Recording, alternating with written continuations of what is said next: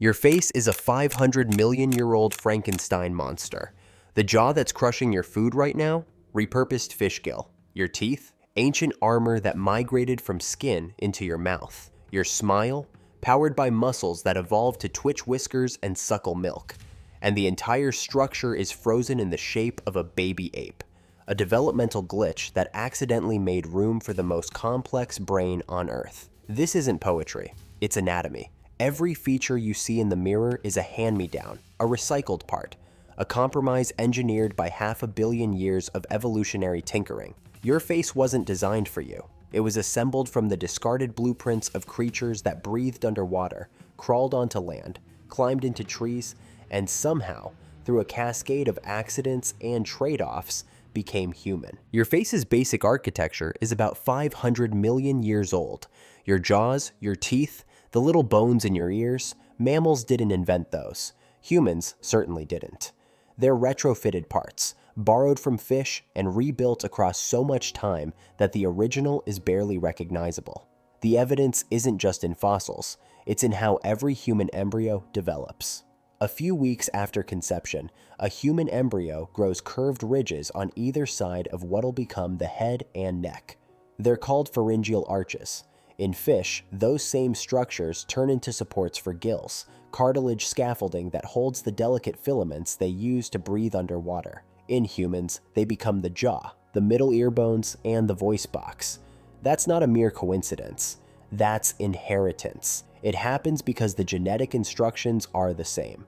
The embryonic tissue that builds a gill arch in a fish builds a jaw in a human. Evolution didn't erase the old program, just edited it. So you, and every other vertebrate with a jaw, carry the skeletal signature of an ancient fish in your face. Look at your jaw. You're not looking at something purpose-built for chewing. You're looking at a modified gill support, bent forward and hardened into bone, repurposed from a system meant to filter water and extract oxygen. Every time you bite down, you're using machinery your ancestors breathed with. The same goes for your teeth. Teeth didn't start inside the mouth.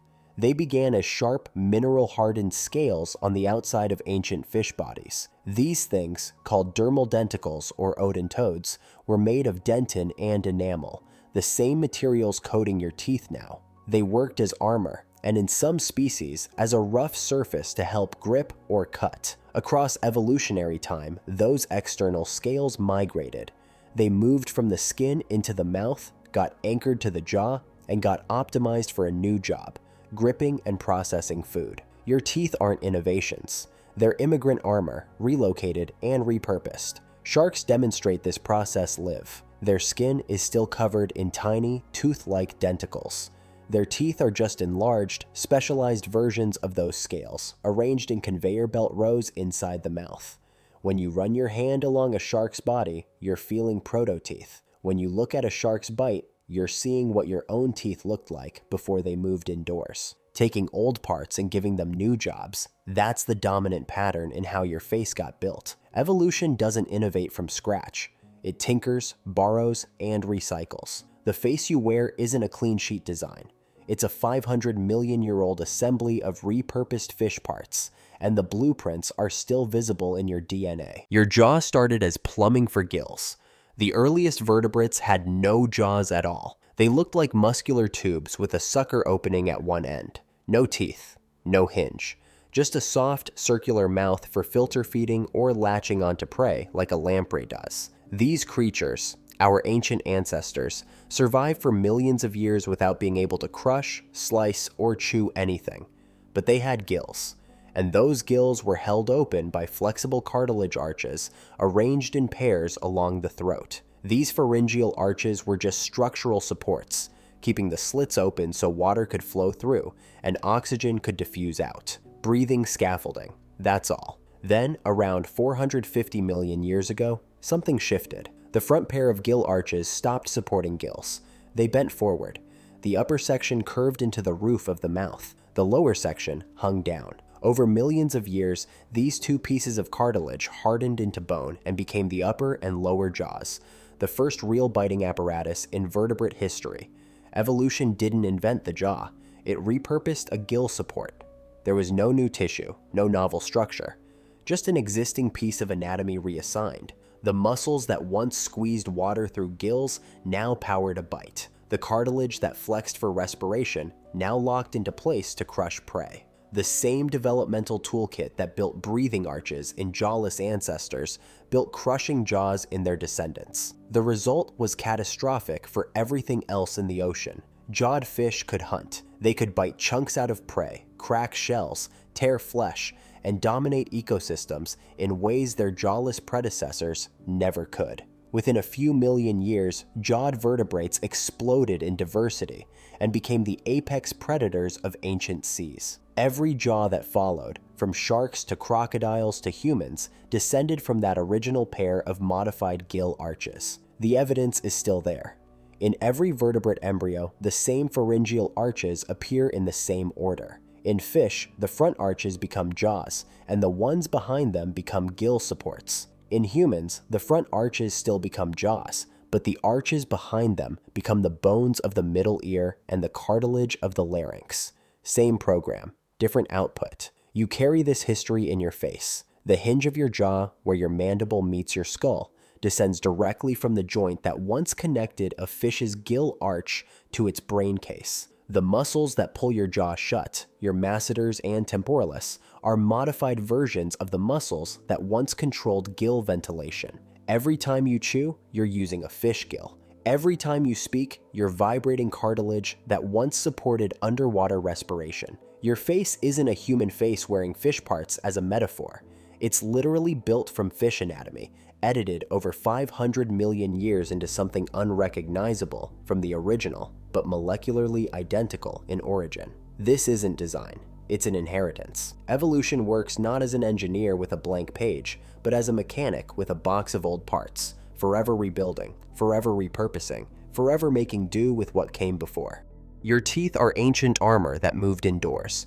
They didn't evolve inside your mouth. They started on the outside of the body, embedded in skin, where they worked as protection and weaponized texture across the surface of some of the earliest jawed fish. These structures, called dermal denticles, were mineralized scales made of dentin and capped with enamel, chemically identical to the teeth in your mouth right now. Sharks still carry this ancestral design.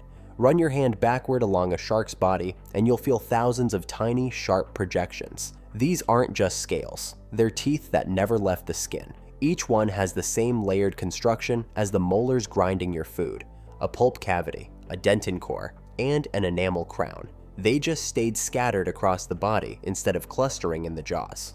The critical shift happened when these external denticles began to appear along the edges of the mouth. In early jawed fish, the skin of the lips was continuous with the lining of the mouth cavity. Denticles that formed near this boundary gradually migrated inward. They enlarged.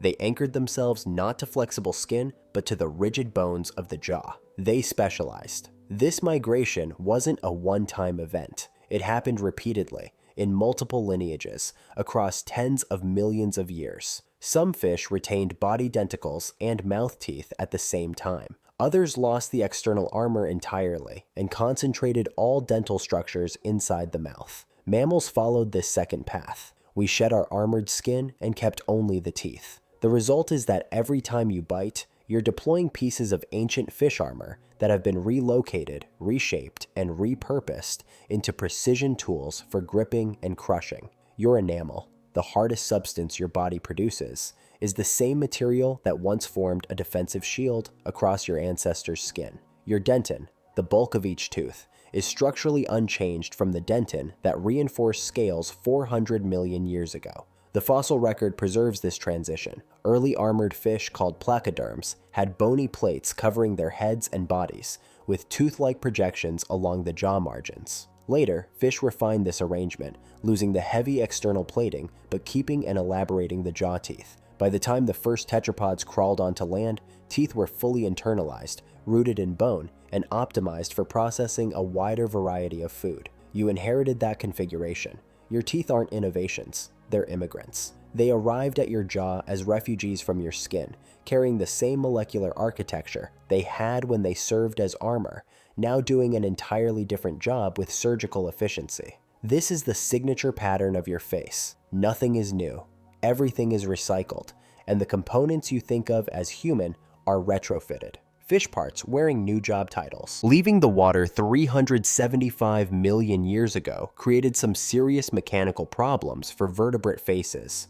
Buoyancy was gone. Gravity showed up and didn't let up. That loosely connected skull that worked fine underwater, basically a flexible bunch of bones held together with cartilage and muscle, became a disaster on land. The fix was to lock things down. Early tetrapod skulls started fusing. Dozens of small, movable bones merged into bigger, solid plates. Gaps that used to flex and compress sealed shut. The head went from a bendable, water-friendly structure to a rigid box that could hold its own weight without caving in. Tiktaalik caught this moment mid-process. Part fish, part tetrapod. It had a flattened skull with eyes starting to shift toward the top of its head, perfect for hanging out in shallow water and watching what happened above. Its bones show fusion beginning. The skull's stiffer than its fully aquatic ancestors, but less locked down than its fully land-based descendants. It's basically a face caught mid-renovation.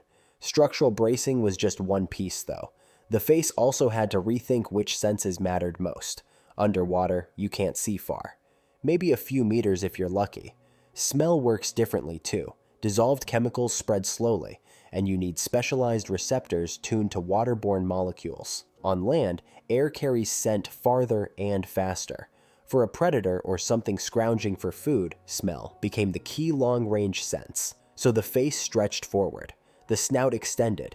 The nasal cavity got bigger. Internal surface area exploded, giving way more room for olfactory receptors. Our land-dwelling ancestors swapped the sleek, compact faces of their water-living relatives for long, jutting profiles built to catch scent trails drifting on the breeze. This wasn't a nice-to-have. It was survival. Without water to smooth out temperature swings or help with movement, early tetrapods needed every edge they could get. A strong sense of smell let them find food, dodge predators, and figure out unfamiliar ground. The long snout became the defining facial trait for the next 100 million years. Reptiles, who inherited this land-based redesign, took the armored, stretched-out face and ran with it. Their skulls were fortresses. Their snouts stuck out, packed with expanded nasal chambers.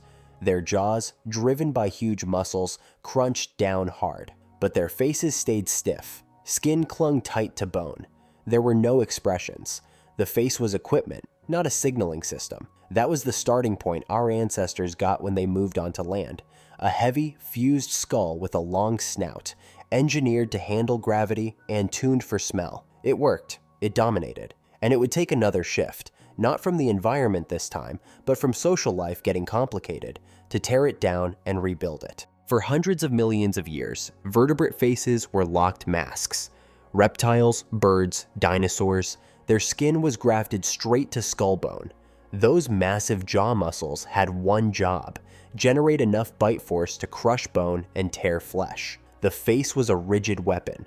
A crocodile can look menacing, sure, but it can't convey surprise, hesitation, or affection. Its face broadcasts one thing: the threat of its jaws. Then our mammalian ancestors invented something new. Around 200 million years ago, a different layer of muscle tissue evolved in the synapsid lineage, the group that would eventually produce all modern mammals. This tissue didn't attach to the bone and move the jaw. It is attached directly to the skin of the face. These muscles, called mimetic muscles, had no role in biting.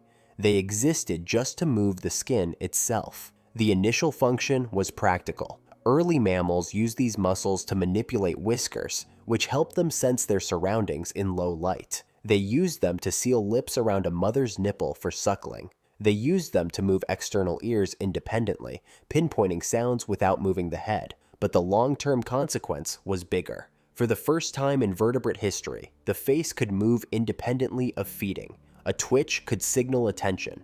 A curl of the lip could indicate aggression or submission without escalating to a bite. Skin that once just covered bone could now broadcast intention. This was the dawn of the expressive face. What started as muscle control for whiskers and milk became the foundation for emotional signaling. Mammals didn't set out to evolve communication. They evolved better sensory tools and feeding mechanisms. Communication arrived as a side effect, a capability unlocked by muscles that could move skin without moving bone. The result was a face that could be read. Social mammals, pack hunters, group foragers, species that raised vulnerable young over long periods, exploited this. Facial cues became part of the social toolkit. Aggression displays, submission signals, bonding gestures, alarm responses, all of them gained facial components. The face wasn't just a food processor anymore. It was a billboard for internal states, visible to anyone who knew how to read it. Humans inherited this system and took it further. We've got over 40 distinct facial muscles capable of generating thousands of unique expressions. But the foundation was laid by our small, nocturnal, whisker-twitching ancestors 200 million years ago. They gave us a face that could feel. Primates would later give it precision. Humans would give it language. But mammals gave it the capacity to move. And that changed everything. When our ancestors took to the trees 65 million years ago, they had a problem. The long snout, the thing that had defined terrestrial vertebrates for millions of years, that housed their most powerful sense, was now in the way. Life in the canopy demands precise depth perception. Misjudge a leap by a few centimeters, and you fall. You need to calculate distances between branches, gauge whether a landing zone will hold, track movement through a tangle of three-dimensional space. The solution was stereoscopic vision, overlapping fields of view from forward-facing eyes that let the brain triangulate depth. But you can't have forward-facing eyes and a protruding snout. The snout blocks the view. Our primate ancestors had to choose. Keep the powerful nose and stick with side-facing eyes that couldn't judge depth well, or flatten the face, move the eyes forward, and give up smell for sight. They chose sight. The primate's face began to retract. The snout shortened, the nasal cavity compressed. Eyes migrated from the sides of the skull to the front, creating overlapping visual fields. The result was a flattened facial profile, orthognathic rather than prognathic, with eyes positioned for maximum stereoscopic overlap. Our lineage traded the ability to detect scent plumes from hundreds of meters away for the ability to judge whether a branch could support our weight. This wasn't a minor adjustment. Primates became vision-dominant animals in a way their ancestors never were. Smell, once the primary distance sense, dropped to second place. The neural space once devoted to processing smell got reassigned to processing vision. The face became a platform built for seeing, not sniffing. But flattening the face had a second consequence, one that turned out to be just as important. It created a better canvas for expression. A flat face provides more visible surface area. The muscles of facial expression, inherited from our mammalian ancestors, now had a broader stage.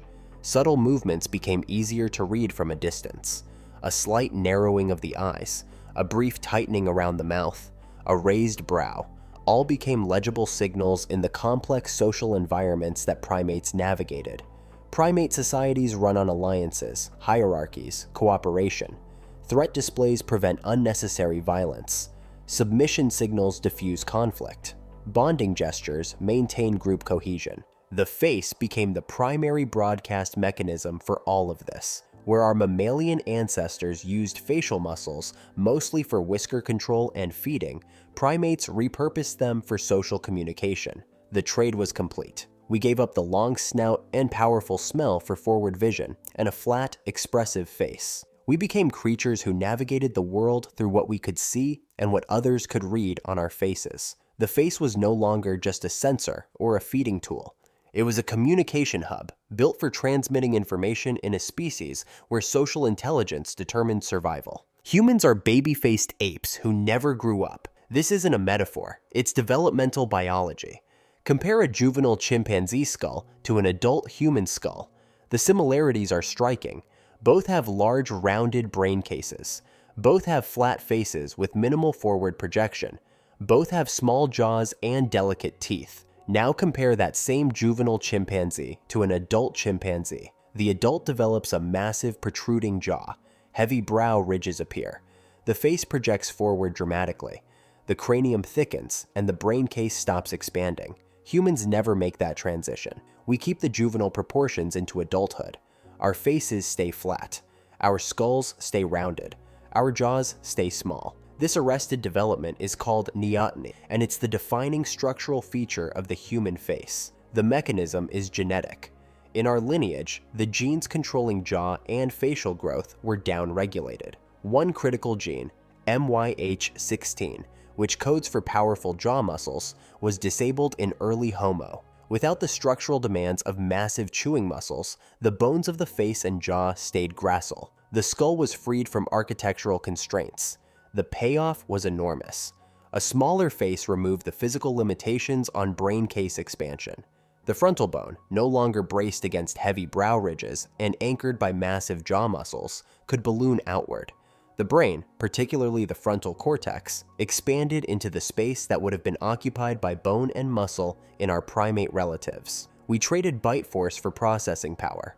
Our jaws became weak, our teeth became small and prone to crowding, but our brains became the largest, relative to body size, of any animal on Earth. The weak jaw was the price.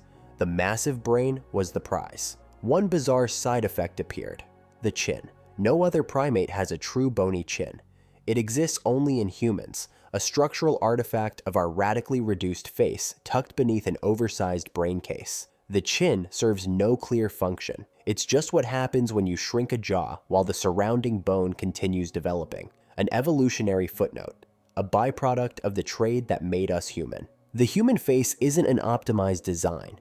It's a frozen accident, a developmental glitch that happened to unlock cognitive capacity no other species achieved. We look the way we do because evolution paused our facial maturation, and in that pause, our brains found room to grow. Look in the mirror. Your jaw used to be a gill arch in a fish 500 million years ago.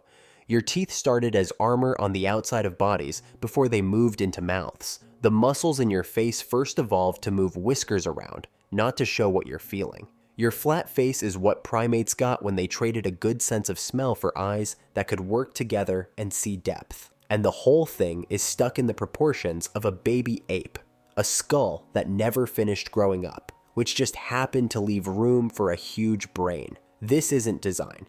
This is 500 million years of evolution, grabbing whatever was lying around, tweaking old parts for new jobs, and stumbling into things no one planned. Your face is a record of compromises and accidents that somehow ended up producing the most expressive, intelligent creature that's ever lived on this planet.